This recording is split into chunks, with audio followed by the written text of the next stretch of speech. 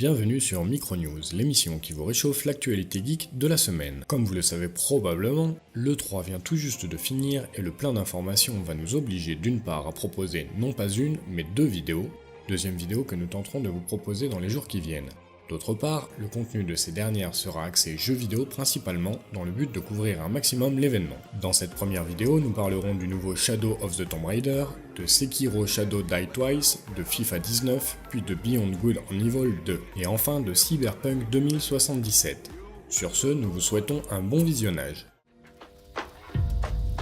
On l'attendait au tournant, le nouveau Tomb Raider s'est dévoilé à travers une phase de gameplay.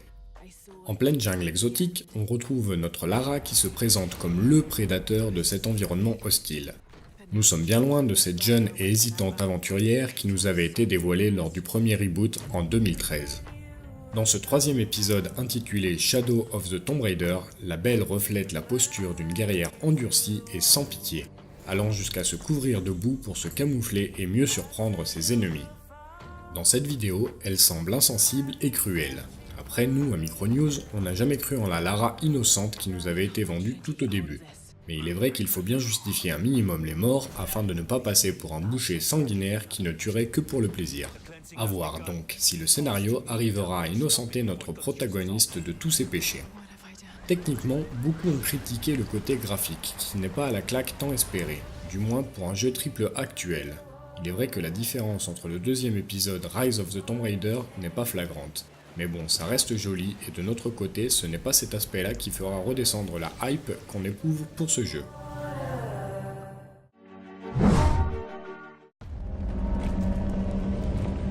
Alors que l'on attendait un probable Tenchu, c'est finalement Sekiro Shadow Die Twice qui nous est révélé en pleine conférence Microsoft. Autre surprise, le jeu est édité par Activision et non par Namco Bandai.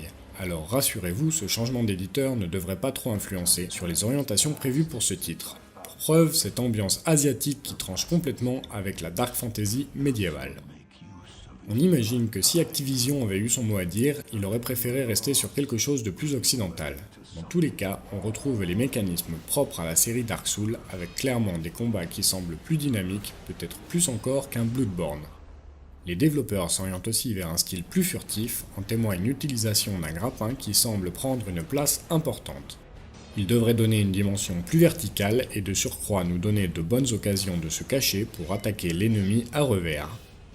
Dans le trailer, on peut observer une sorte de bouclier éventail qui surgit comme le grappin du bras gauche de l'utilisateur. Ce bras gauche devrait pouvoir s'équiper d'autres outils qu'il sera sûrement possible d'améliorer grâce à un arbre de talent. Arbre de talent qui remplacera les classes, absentes ici, et ce, dès le début du jeu. Autre absence, celui du multijoueur. Hidetaka Miyazaki se concentre sur une expérience solo, peut-être au profit d'une narration plus importante.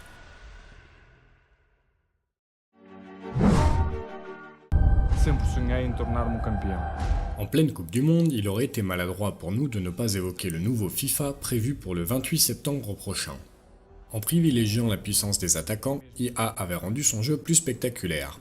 Seulement, cela avait donné lieu à un déséquilibre flagrant envers les défenseurs. Vite submergés par les assauts offensifs, les parties s'en retrouvaient écourtées. Une modification que FIFA 19 se voit dans l'obligation d'effectuer, peut-être en modifiant son système de tir et en le rendant moins permissif. Dans tous les cas, tout en préservant le spectacle, on nous promet un meilleur rapport défense-attaque.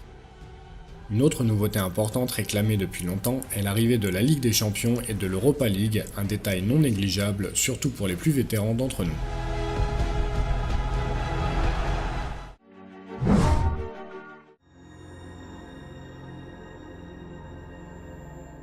En développement depuis des années, Beyond Good and Evil 2 nous avait déjà délivré quelques aperçus sur ses ambitions démesurées.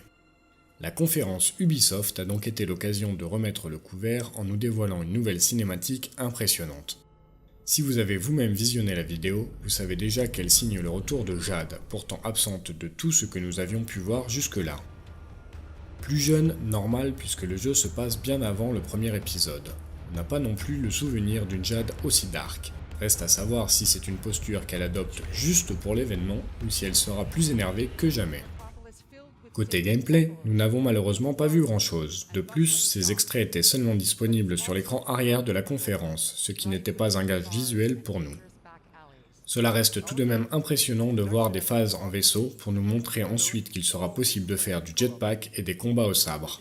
Ce mélange de gameplay est justement ce qui attise notre curiosité, car même si cela était déjà présent dans le premier, à l'heure actuelle avec des graphismes de haute qualité, cela représente un pari risqué et ô combien difficile.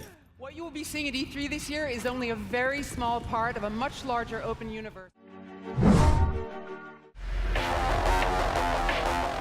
Mis à part une légère cinématique, le prochain jeu de CD Projekt restait très maigre en informations.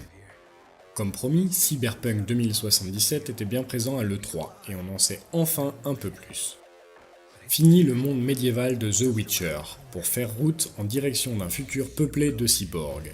Cyborgs que l'on incarnera, et en tant que bon humain modifié que nous sommes, il sera tout à fait possible de personnaliser son avatar.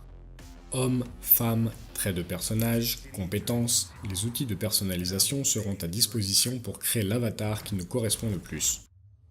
La vidéo présentée ne montre hélas aucun gameplay, mais on nous informe tout de même que le jeu proposera une vue à la première personne. On se doutait déjà que l'univers de Cyberpunk 2077 serait un monde ouvert, comme c'était le cas pour The Witcher.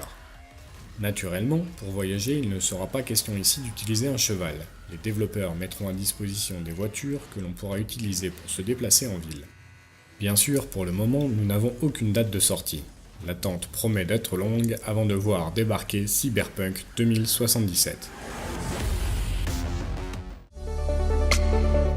Voilà, c'est terminé pour cette semaine, mais je vous donne rendez-vous dans quelques jours pour un numéro qui continuera de couvrir l'actualité de l'E3 2018.